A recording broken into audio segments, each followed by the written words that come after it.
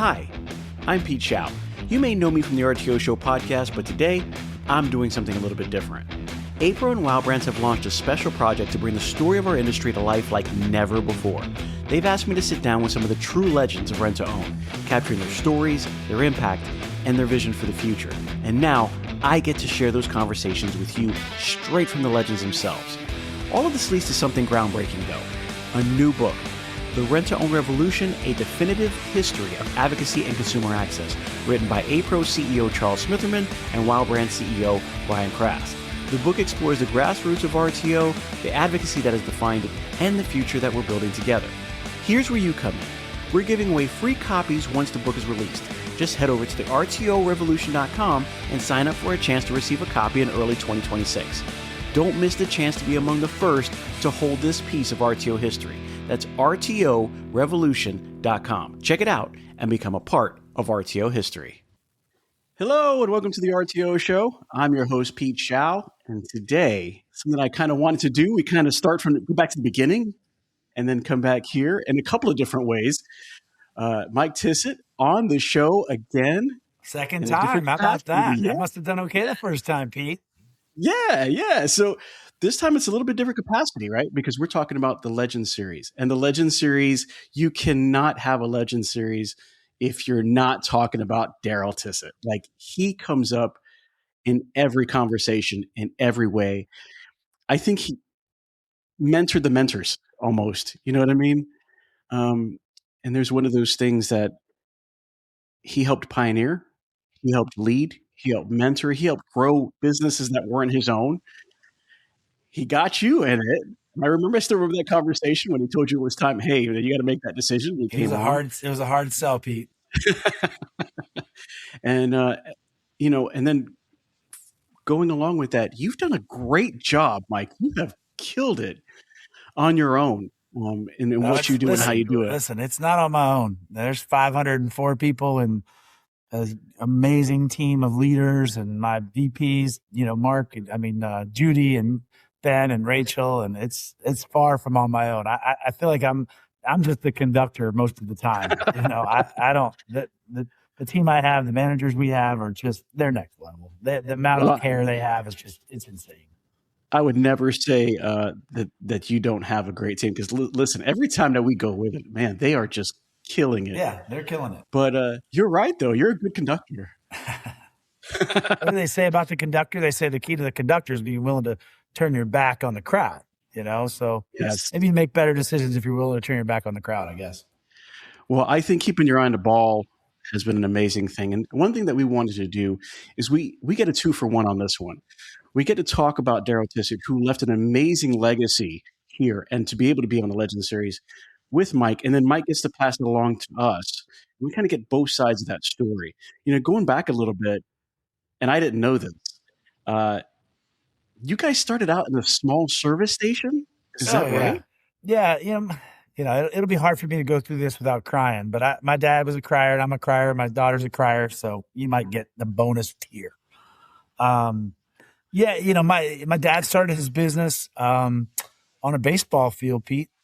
He was my little league baseball coach when I was 14 or 15, 1984 ish. And, the other guy coaching was selling the big honking satellites, and he was getting stuff in the mail about rent to own. And he asked my dad what he thought of it. And my dad was an entrepreneur. Like, he was a builder, so, which means he literally was a builder. Like, when I was a little kid, we moved from house to house. He built a house. We moved to the next house. We'd live in that house that he built while he was building the house next door. And then once he built that house, we moved from this house to that house. And then he'd sell the house we moved out of. And then we literally moved 7 houses down a street because he built the next house. So that building was something he did, and, helped my mother, who still runs her carpet business. It was always her business. He just helped her. She still runs it today at age 81, 6 days a week. Like, you want to know where I got my work ethic? It's there. But he was a builder. And so he built this company, and as kind of a lifelong entrepreneur too. He just always wanted to build something new and different. So when this other coach came to him and said, "Hey, what do you think about this rent-to-own thing?" He did some research and he said, "I don't know, why not try it?" and he was always willing to try new things. So 85, he and his partner at that time, and they weren't partners long, they just gave it a whirl. What were some of the challenges starting that? Because if he knows business as far as like building the buildings next or building the house next to him, that's where he's in. This is a whole different situation. He gets into a small, station. He opens up rent to own. Like, how does that translate as far as the funding and growing that? Well, I mean, listen, the challenge for every new business owner is funding. And he had the 18% loans from Borg Warner, and he borrowed from everybody he could, or was told no from every bank in the town he lived in, and except for one who's still our bank today. And, he went to see bankers, and they would say, well, so let me get this straight. Our collateral is going to be spread all across the county. So how's that work? And so that was a huge challenge, and forced them to be very good at collections because, the nature of this business, we want to try to make money on the stuff we buy, and, deciding how long to wait and how long not to wait is easier when you don't have money to go buy another VCR. And like so many that started in the 80s, it was VCRs. And dad did a few things early on. He had bigger stores, bigger square footage stores. And it was bigger than the norm because he really believed in the furniture business. He believed that the furniture business would be a big part of our business, and it wasn't in the early 80s. It was electronics and appliances. It was TVs, console TVs, and appliances. So that really helped kind of the business take off, was his commitment to furniture. He went to the Tupelo furniture market, would buy big truckloads of stuff, even though he probably couldn't afford it, didn't know what he was going to do with it. But he kind of believed in stack it high and watch and buy, like, let's just bring in loads of stuff, kind of a Sam Walton theory. Let's just bring in loads of stuff, and I bet people will buy it.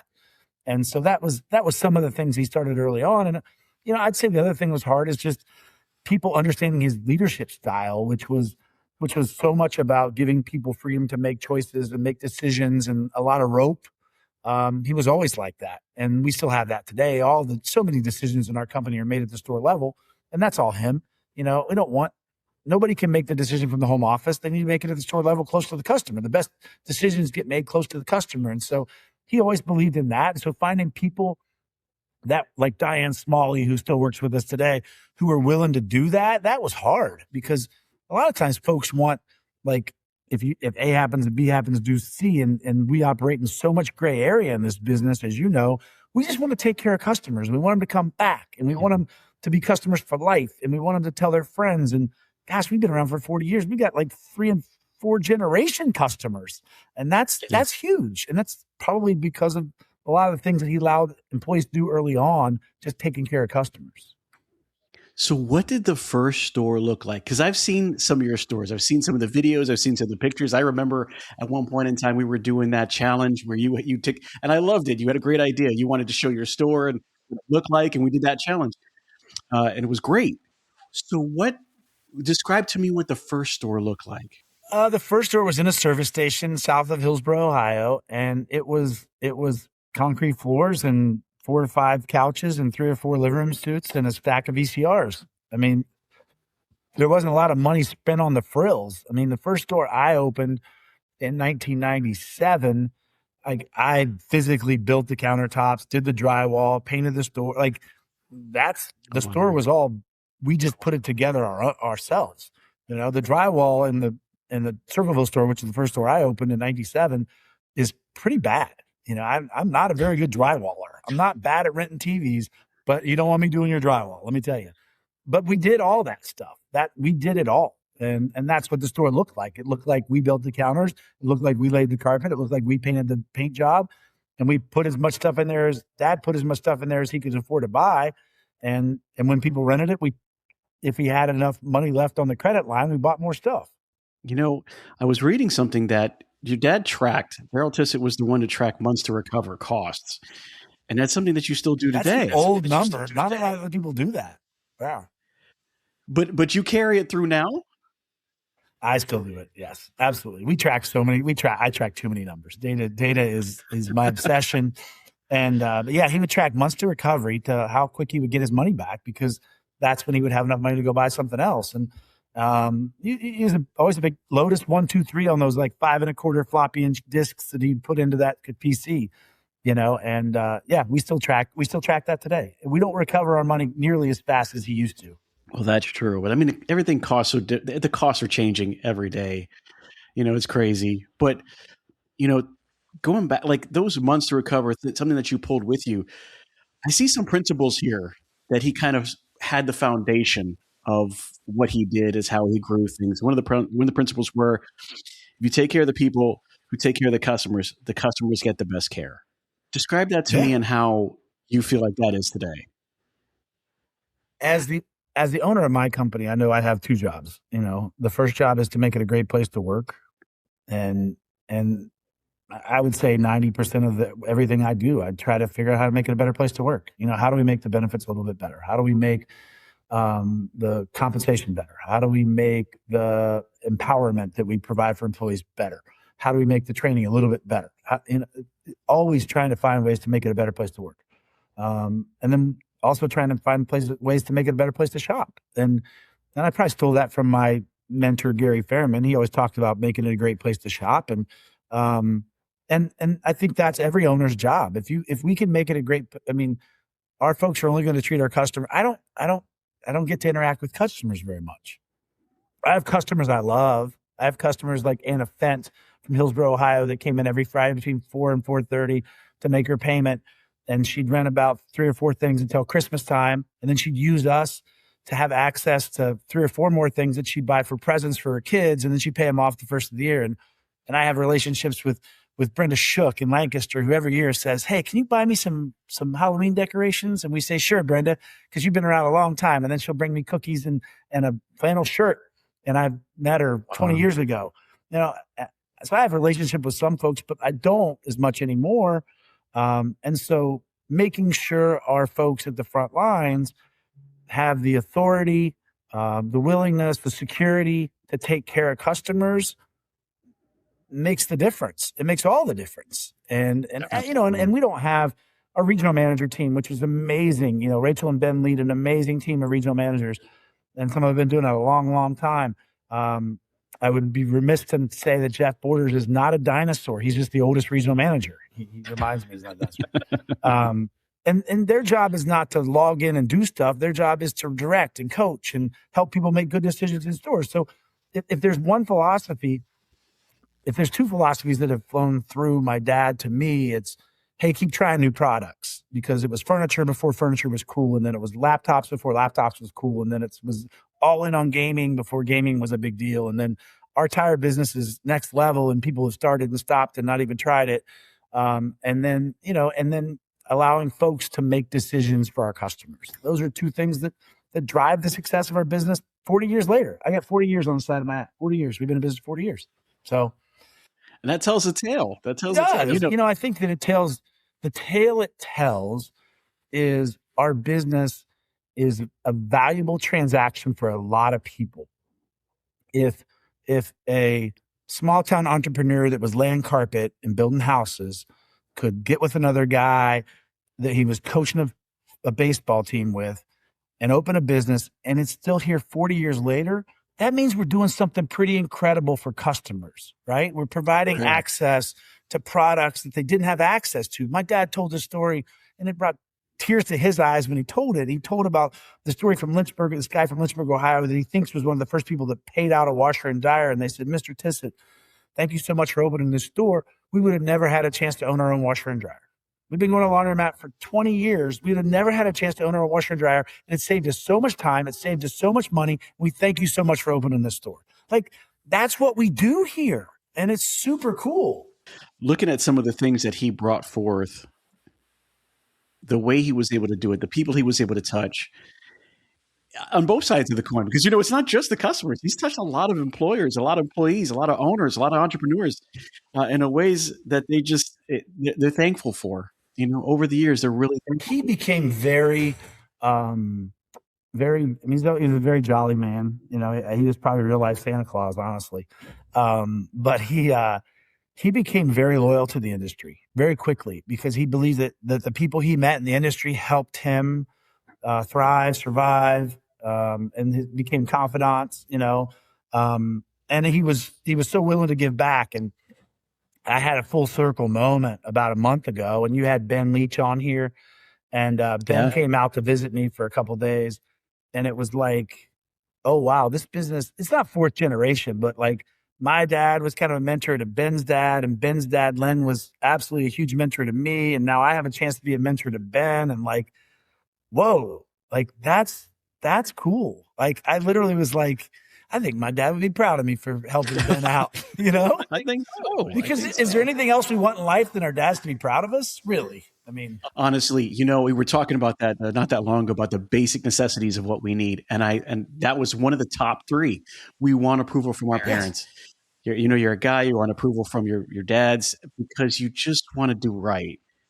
Which leads me to the second principle: small towns and small county seat, small towns and county seat strategy. Can you explain that to me? I grew up in a small town, Hillsboro, Ohio. It was about 40 minutes east of Cincinnati. And we're lucky. Ohio is pretty densely populated. So these small towns they're Walmart towns. There's 6,000 people living in the town and about 35 or 30 in the county. And the county's probably the shopping area. And he believed that like these small towns needed access. These customers needed access to furniture and appliances and anything else we could provide. And he was right. He was right. There was, there probably weren't Walmarts back then. And there definitely isn't Best Buys, or there isn't, a ton of, mom and pop furniture stores. And so when we opened in Hillsboro, Washington Courthouse, and Maysville, Kentucky, and Waverly, Ohio, and Jackson, they're all 6,000, 7,000 population towns with 30 to 40,000 in the county. And we were well received, and we could really provide an amazing service to folks in those counties. They didn't want to drive an hour and a half to work with somebody they didn't know. I mean, in those communities, people are more likely willing to do business with somebody they know. And you also, word of mouth travels faster and probably more richly. That when we provided the level of service, the level of service that we provide in rent to own, like I think it gets lip service because we all in this business know about it, but we deliver for free, like some of the sectionals we're delivering for free now, Pete. Like we shouldn't be like, it's like 18 pieces and there's so much trash that goes back in the truck, and we set that washer and dryer up for free. We provide those hoses for free. Like Lowe's doesn't do that. Like no. There are so many customers because we do it for free. And I think the other thing today, as we evolve into 2025, it's like that the relationships we have are so strong because we have done so much for our customers and their mothers and their fathers and their grandfathers that we're okay in today's virtual transaction because they trust us enough to say, hey, what's the best washer and dryer you have? And we say, oh, we got this new Samsung 8000 series. Okay, bring that to me tomorrow. Okay. Like we have built that level of trust that just tends to flow in a small town. And so it's definitely our people. Our people connect with people in small towns, and most of our people are from small towns. And a lot of our employees were once customers, or I looked up once before and 20.14% of our employees were related to somebody else that worked for us. So it's a rich, thick culture we've created. But the small towns, it's just who we are. And our story plays better there. And I think because the level of service is more appreciated, maybe. I was thinking the same thing. I think that in the smaller towns, it's more appreciated because not only the variety of what we carry, it's almost like a one-stop shop where you can go and get, all kinds of things. It's the fact that you're in a small town, people appreciate it more. I don't have to go all the way out to this big city to get this service. And we're lucky that we have a lot of managers that have been managing their stores for a long time. I've a manager in Maysville, Kentucky that's been a manager there for 28 years, Mike Highfield. And wow. So they just call Mike. It's not, I got an idea from Richard Rose, God rest his soul, and Ron and John. And he had, I feel like I could make a list of one or two ideas I've got from every rent-owned dealer in America. But they had their manager's name on the front door, like manager Mike Highfield, and the store hours as part of that. And we did that. And then we had each manager give us their quote. So I don't remember whether they did that or not, but we do that. So they have to come up with their quote, their like personal mantra. Oh, I love it. But having managers that have been there for 10 years or 12 years or 4, we don't have a lot of manager turnover at all. And that really helps with customers just trusting us. And you don't get that at retail stores. And that level of trust, I think, magnifies the rent-to-own transaction, the free delivery, the no credit check. That we are so willing to give customers chances after chances and access to products that they just don't typically get, because in those small towns with managers that have been around a long time, it's literally business on a handshake, and that's just not possible in a lot of places. We're talking about, some of the products that we don't have access to in the Samsung 8000s. Principle 3? Just for the record, I made that model number up. I learned a long time ago, if you say things with conviction, I have no idea whether they have an 8000 model. Well, I'll tell you what, I don't either, but I will tell you that I know Samsung's has some great products out there. And, sometimes it is a little bit out of our reach, and we do bridge that gap very well, especially if you really want to take care of your community. So, Dad was talking about thinking bigger. He said principle number 3 was think bigger. Products, area, what we do, how we do it. Can you describe that a little bit? Yeah, I think it's everything I give you, Pete, has been stolen from somebody. I read a lot.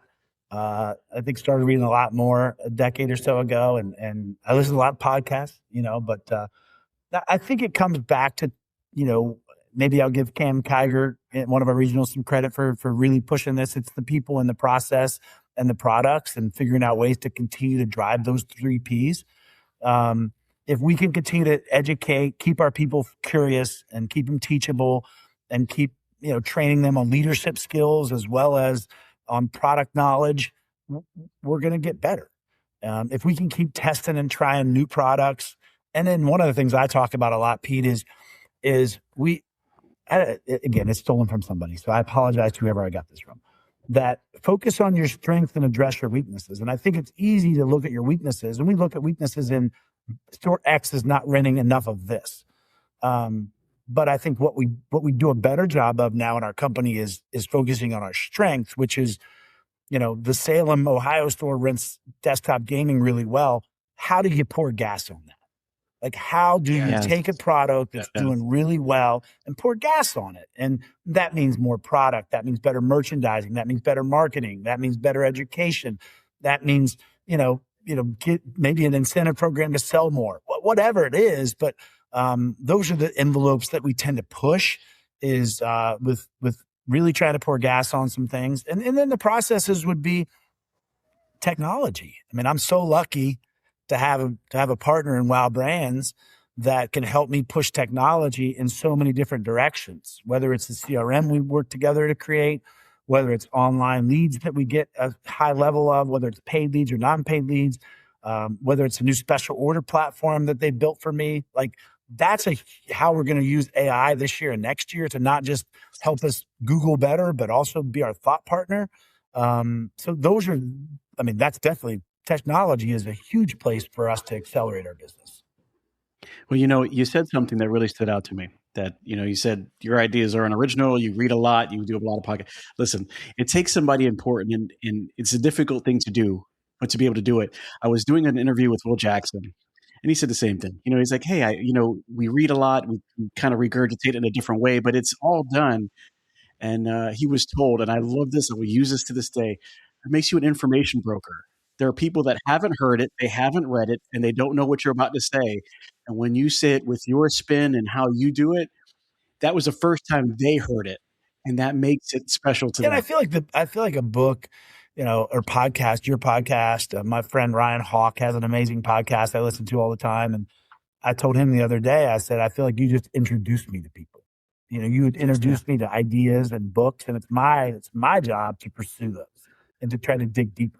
Well, I have this rule, and I've said it before, and I'll say it a couple of times now, is that every time somebody recommends a book, I will try to pick one book out of their recommendation and read it. So every time you go down your book list, you have like 8 books. So I'm going to have to figure out one from you to just get down. I literally just emailed Michael Bennett a couple of days ago, and I was like, hey, listen, we talked. You had mentioned a lot of good books, and I think that I want to read one. And he kind of nailed it down to a couple of, like 4 or 5. And I'm really going to read into it and go into it. And I really appreciate him doing that.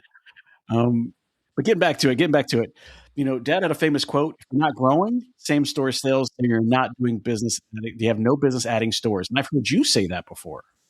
Yeah, I've been around this business a long time now, and I've seen a lot of companies come and go and thrive and then not thrive. And I think it's, store count's something, it's absolutely a thing. And it's one way to maximize your revenue.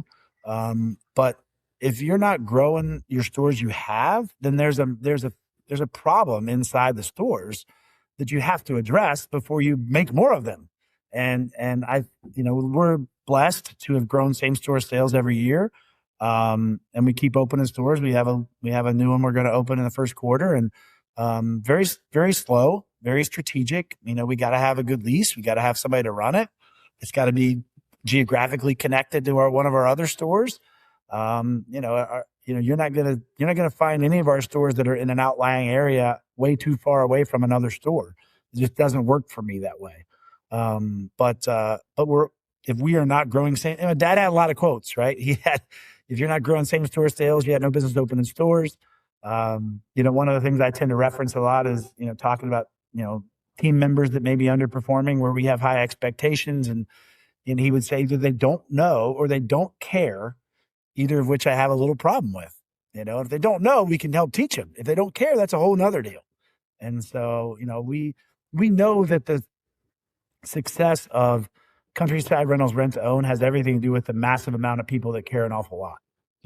Talking about the growth in the same store sales, usually those quotes and sayings came from something that happened that you go, I learned my lesson.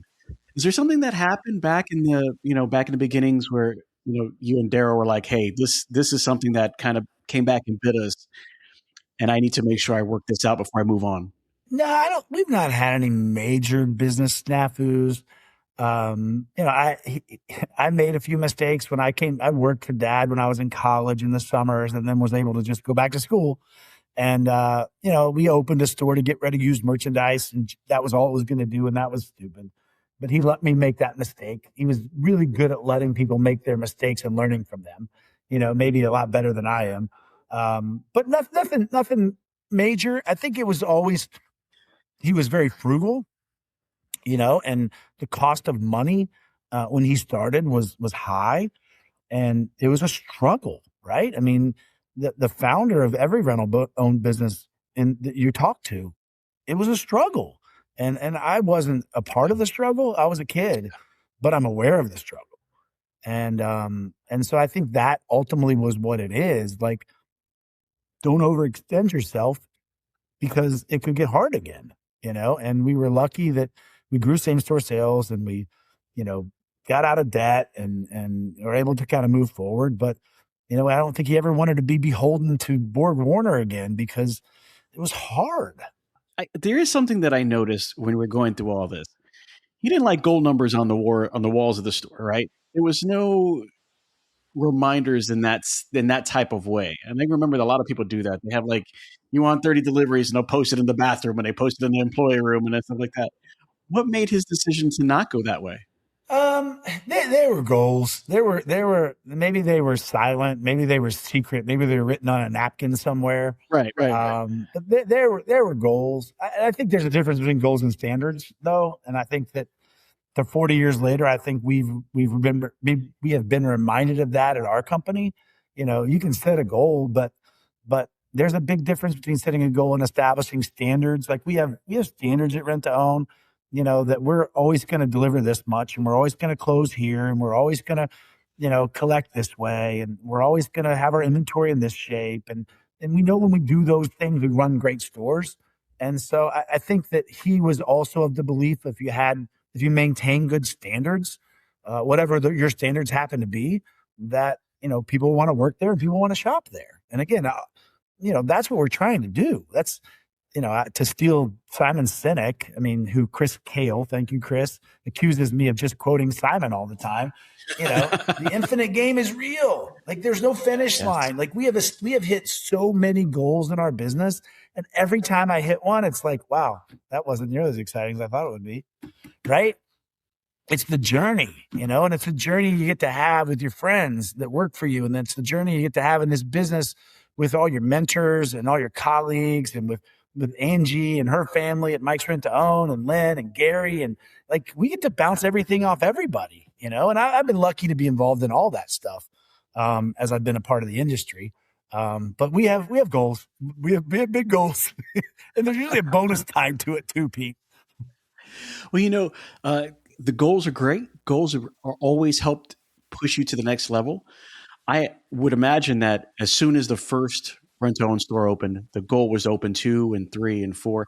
And I know now it's probably a little bit different than opening those first few, because when you have 40-something stores, you have a basis. You have people already in place. You only want to grow when you can. But when you only have 1 or 2 stores, you have to grow because you have needs. You have wants. You want to get out there more. How hard was it to grow then versus now? Yeah, obviously I'm aware of the struggle, and I've heard the stories. When I came in, we had 10 stores, and Dad was trying this hocus pocus idea of like, I'm going to give a manager 49% ownership of a store, and I'll own 51, kind of this pseudo franchising. I don't even know what it was, but it was a mess. And we abandoned that pretty quickly. I think it's absolutely surrounding access to cash early on. Early on, it's how do I buy more VCRs? And if in all of your conversations with all the legends, like, there's talk of debt everywhere. And debt is debt can be powerful to lift a business up, and it can be a powerful weight to pull a business down. And so I think every business's goal early on is to get out of debt. And so, and I think once that happens, then you can be more, not beholden to a banker, or not beholden to other stockholders that want a dividend. And you can now be beholden to your customers and your employees. Then it's powerful. If your shareholders are literally just your employees and your customers, you've eliminated a third of what every business has to deal with. And my goodness, you can make better decisions. So I think that's what inevitably happens over time for successful businesses, or can happen. Hey everyone, it's Pete Shau here from the RTO Show podcast, and I want to tell you about a company that's making a real difference in the rent-to-own space, Wow Brands. I've seen firsthand how they approach marketing, and let me tell you, it's not just about ads. Wow Brands builds complete digital ecosystems designed specifically for the rent-to-own industry. Their e-commerce and lead generation strategies are built to bring in qualified leads. And did I mention that they are actively working with the rent-to-own industry while also being members of APRO and TRIB? Listen, these folks are passionate problem solvers. They don't just slap something together. They design, build, and scale the kind of digital retail tools your business needs and your customers actually want. So if you're serious about growing, reach out to Wow Brands at wowbrands.com. I trust them, and I think you will too. Well, as Mrs. Windsor would call it, OPM, or other people's money. She did not want to owe it, and neither did her husband. It was a great conversation. Talking about some of the things that he's done in the past, your dad had an accolade of all kinds of things, all kinds of accolades. So he was the APRO board of directors from 1991 to 1999 with 8 years of service, which was, you were around for that. Yeah, I was around for that. Like I said earlier, he was such a giver. And he knew that the industry gave him so much that even if they didn't, he would give back, because it was just the human he was. And so he was president of both APRO and TRIB, and loved every minute of it.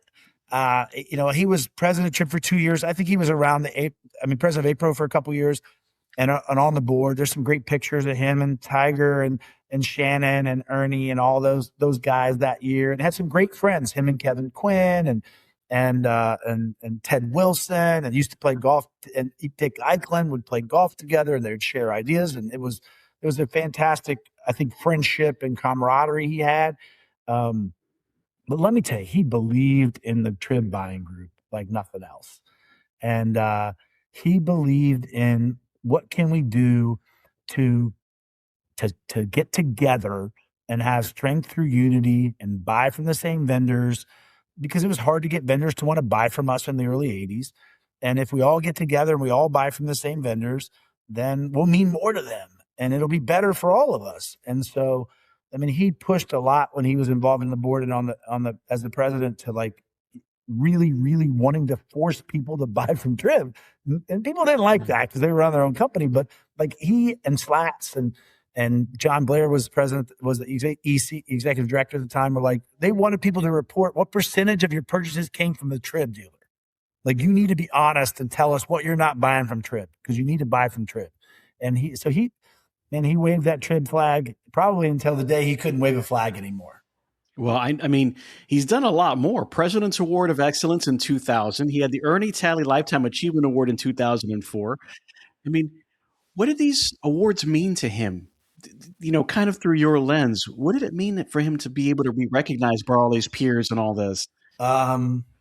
This is the part you're going to make me cry, Pete. They didn't mean anything to him. That's not why he did it. You know, they didn't mean anything to him. And they didn't until the day he died on June 26th. They didn't mean anything to him.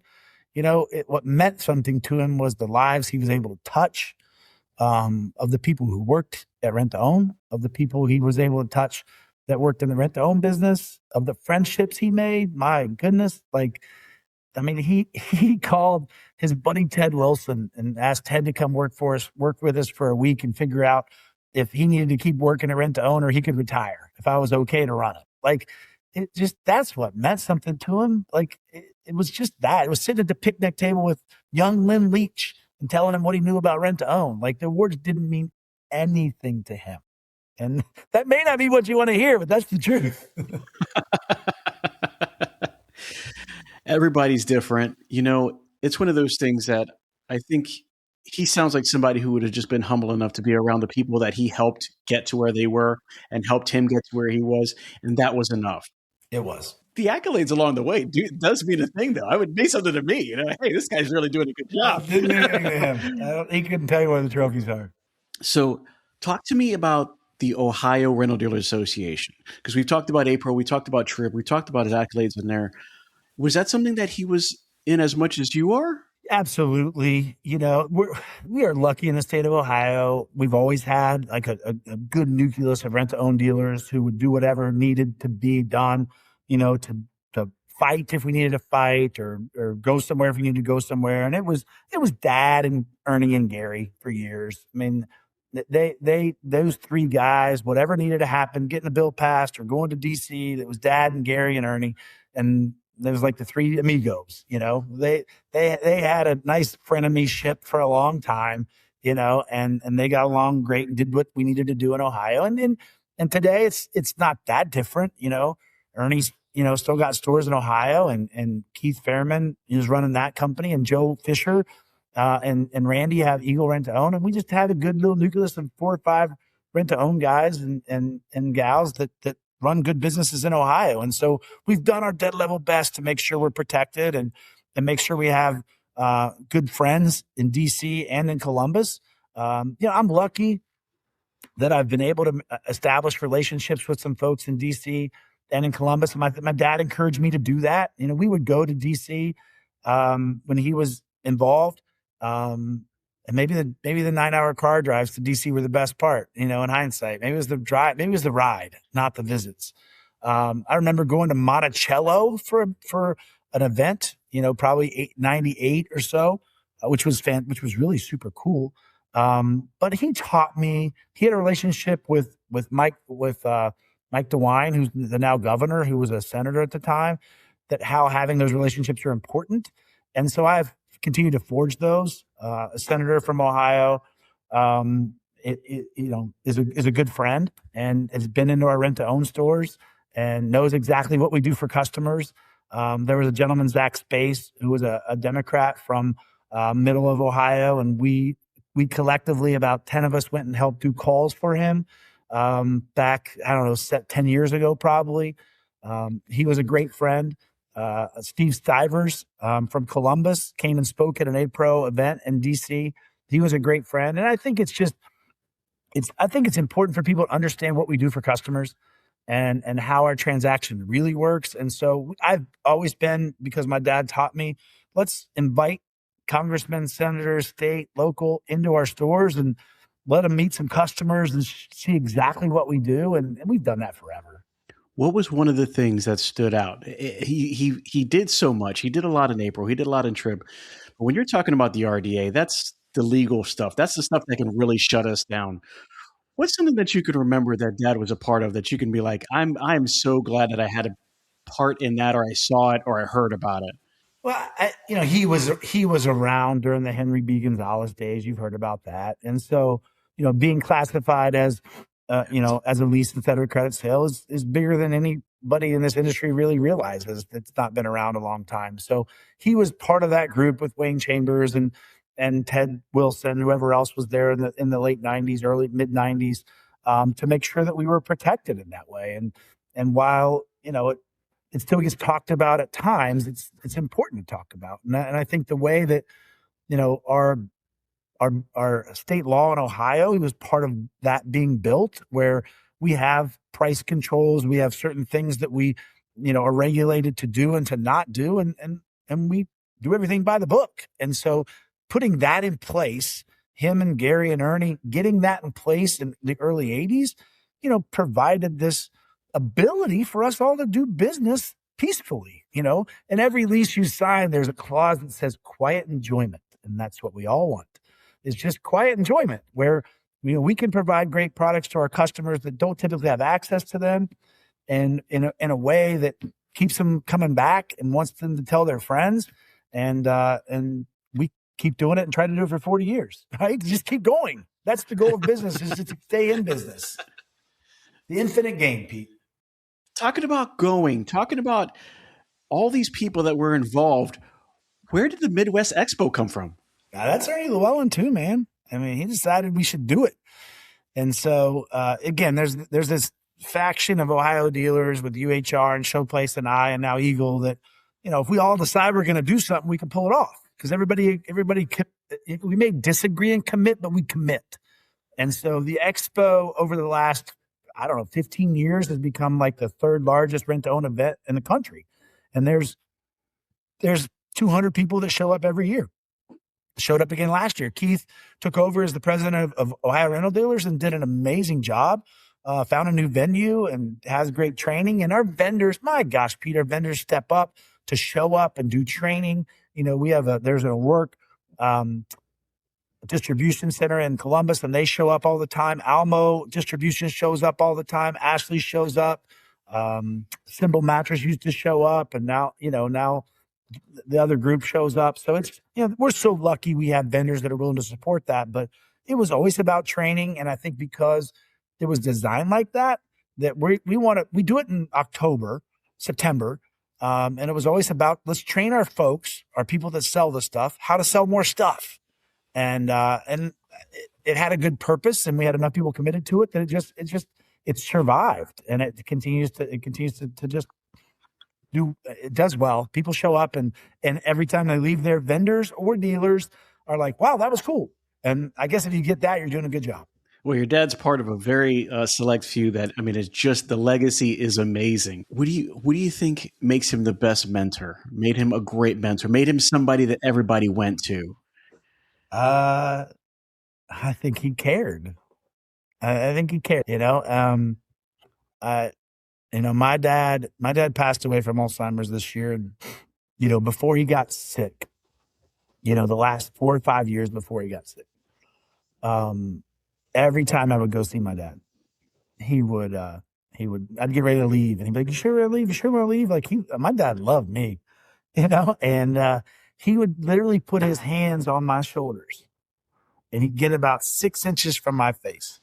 And he would say, you know how proud I am of you, don't you? Wow. Yeah. Like every time, Pete. And so I think that, to be a mentor, to be a legend in this industry or any other, you have to be selfless, and you have to be humble. And that's just who he was, man. And he was always willing to give credit. He didn't need any credit. He didn't want those awards. One of the reasons he wanted to be in the rent-to-own business, Pete, is because so other people could be the front man, so other people could get the credit. He didn't want to be the he wanted you to come rent from the Circleville Rent to Own to rent from Amy, not from Darrell Tissot. He was just the owner. He wasn't going to be the face of anything, Whereas my poor mother, who runs Tissot's Home Center, is the face of everything. Did he have a specific tactic that he used as a mentor? Was there something different in the way he approached it versus other people that everybody seems to mention his name? And I know you said caring, but was there a certain way that he did it? Was he like blatantly straightforward? Was he nurturing? Like, what was I would absolutely say very nurturing but also extremely objective. I mean, he was, go back to like the months to recover cost. Like, he was very nurturing. He was a great listener, which all of us can do a better job of. And he was also very objective. So it would be like, okay, here's where you are now. And if you deliver this much and you pick up this much and you pay out this much, you can grow this much. And if your APA goes from here to here, you can do this. And like, it wasn't just pie in the sky. It was backed in math. And so I think the combination of like caring and love and appreciation and like objectively, this is what's possible. Let me show you how to get there. Was the magical combination, really. How do you see his legacy and his mentorship living on past his years today? It's a lot of pressure. I think I think it's my responsibility, right? And I'm blessed that you allow me to do this and talk about my dad a lot. But it just will. It just will because I've listened to the podcast and I've heard him mentioned by Lynn and and John Blair and it's just he used Rent to Own as his platform. You hear people. This is going to sound crazy. I've never said this piece, Pete, but you hear some of our athletes that we covet and look at and put on these pedestals and we talk to them but some of the ones that are humble, the Tim Tebow's of the world, like him or hate him. I mean, he's a pretty interesting guy, right? He says football was his platform. And so I think Rent to Own ended up being part of my dad's platform. It was the journey he was meant to go on, and it became part of his platform. And so, he leveraged that platform to help as many people as he could come in contact with. One of my favorite quotes ever, and I have a bracelet that I wear. It says "table," and the quote is, "If you're more fortunate than others, you should build a bigger table, not a bigger fence." And that's my dad. He just kept building a bigger table. It's just like he carried around leaves. He's like, "Let me put another leaf on the table, then sit down. Let me put another leaf on the table. Tiger, sit down. Let me put another leaf in the table." Like that's just what he did. If you were to ask everybody in your mind, this is a mental question, and you think you took a tally of everybody, what do you think everyone, including yourself, would say his biggest impact on the industry was? What do you think his greatest impact on the industry would be? I think his greatest impact on the industry is he showed a lot of people what was possible. I think that he forged a path that said, look at what you could do. Like it's possible to have stores of this volume. It's possible to give more away in bonus. It's possible to be successful renting these types of products. Like it's possible. I heard Ben say it. He was a big "what if it works," type of guy too. Like we were always willing to try new stuff. And I think that's maybe one of the legacies that he'll have and like lives in me is like, we can do better. We can do more. We can do better. We're always becoming. We've never arrived. And I think he always believed that we could always continue to grow, not just grow BLR potential or whatever, but grow. Yeah, right. I mean, well, you have one of these unique views. What was it like working alongside your father all these years? I mean, this is a unique individual. He's a pioneer. He's a mentor. He gets the accolades. Does it even mean anything? Because he is so about the industry. He's about family. He's about showing others. What was it like working alongside of him? I didn't get to do it very long, Pete. So I got to do it when I was a kid. And when I came back in 1997, we really only worked together for 2 years because he wanted to retire. There's a lot of folks I think to struggle to retire, and he did not. He was excited to do it. He had a long honey-do list that never shrunk, and he was wanting to take up his golf habit and did an amazing job. He was a great retiree. So interestingly, it wasn't all a bed of roses working with him, because what he thought was important and what I thought important was different at times. We got in the biggest argument over a fire safe file cabinet. Like, that was the largest. Why would you buy a file cabinet that's not fire safe? Like, it was like a big deal, Pete. And so I think that Angie and Michael are so lucky to get to work with their dad. And I think Gary and Keith are lucky to get to work with each other. And Lynn and Ben are so lucky to get to work with each other. And John was so lucky he got to work with his dad. And so I got to work with my dad a couple years, but that was the way it worked for us. You know, it was he was done, and he wanted me to work, and he gave me a couple years to work out some kinks, and then he rode off into the sunset. And then he forgot he didn't even know how many stores we had, Pete. And that was before he had Alzheimer's. He'd be like, how many you got now? Like, he just didn't care after that. He was done. I told you he was a builder. So he built it, and then he was like, I'll let somebody else run it. I don't want to really run it. I just want to build it. How did you manage continuing his legacy and blazing your own path in that situation, in that time frame where you're coming off and kind of starting off on your own? How did you manage that? You know, managed it through a bunch of people that care an awful lot. I managed it through, Ben Davis, and I managed it through Diane Smalley, and I managed it through my relationships with my mentors. And that's how we all did it. That's how any business owner does it. I don't think is it rent to own specific? Sure. Because guess what? There's not a lot of industries that everybody talks about everything. Like, there's not, I could get a text group of 7 or 8 rent-to-own operators that, it gets hit once a week. I got great friends that work at Rent-A-Center, great friends that work at Aaron's, and great friends that, it's fantastic to have all these colleagues that we can share ideas with. But I think I was taught by my dad to just be willing to try new things. And so we were lucky enough to be on the forefront of computer rentals, and it really took off for us. We were lucky enough to be on the forefront of the gaming business, just console business, really all in on the console business.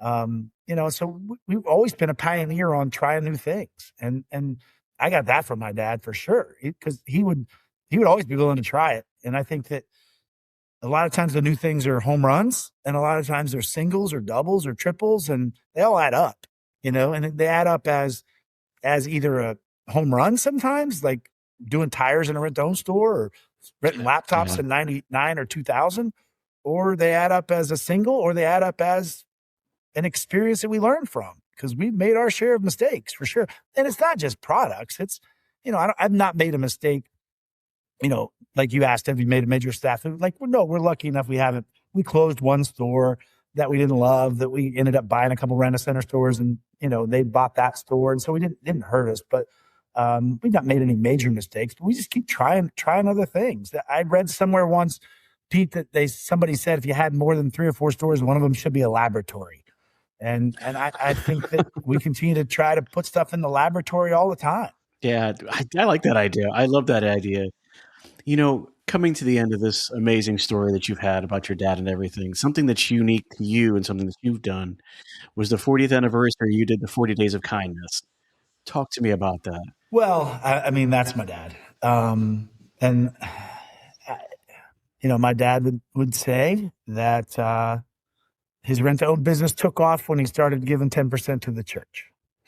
And I think the rent-to-own stores in small towns can become a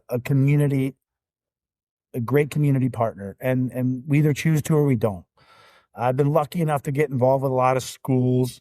Somehow, some way, we ended up getting some football uniforms for our local school. There's not a lot of business around it. And then 3 or 4 other football teams heard we did it. And so they all wanted us to get them football uniforms. So we did it. But I don't know. I think 40 years to me is a long time. And I know a lot of the legends you've interviewed have been around for 40 years. But a lot of things have to go right to make it 40 years. And so it just felt like a really good way to give back and celebrate that by identifying a charity in each of our 40 stores that we could give back to. And whether it was, a food pantry that we support in Bainbridge, Ohio called J216 Ministries, which is an amazing organization that Judy May, who works for me, is now on their board, or whether it's Camp Dovetail that my dad had supported for decades. It's a camp for developmentally disabled people, adults, humans, superstars. But we wanted to take that further into all of our markets. And some stores didn't do it as well as we want, but we're trying harder to be a better corporate citizen. And as we get bigger, it's harder to do because you don't hear. I know in Hillsborough, Ohio, or in Loveland, Ohio, or Bainbridge, Ohio, where we can help people. And I think with that, we've done a better job of being able to hear, where we can help people a little bit more. An interesting story, and I think we should bring it back, Pete.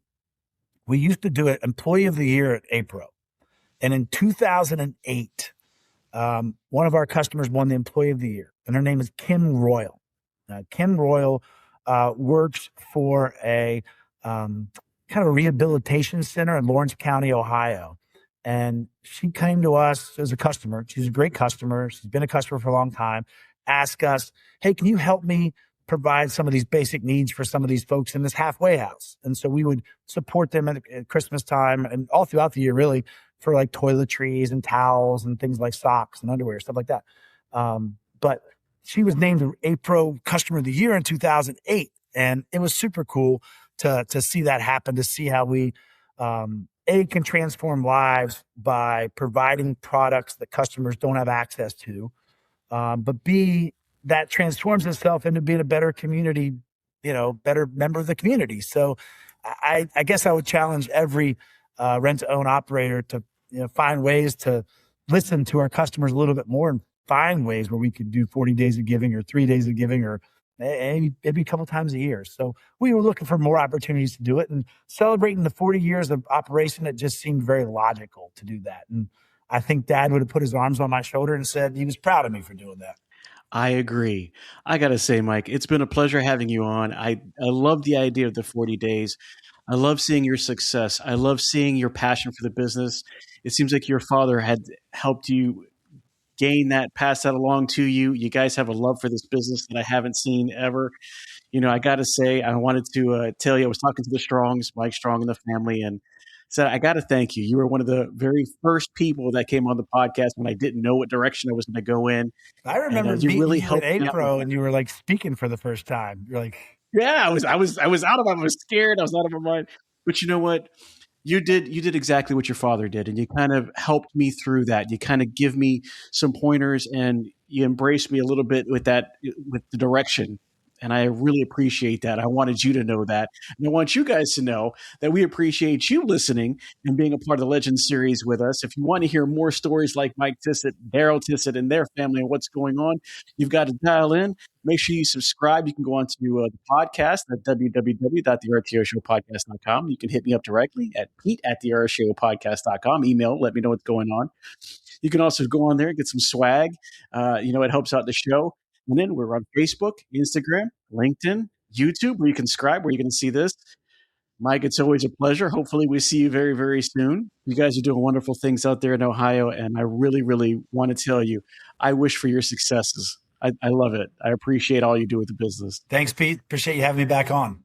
Absolutely. And I'm going to tell you guys, as always, make sure you get your collections low, get your sales high. Have a great one.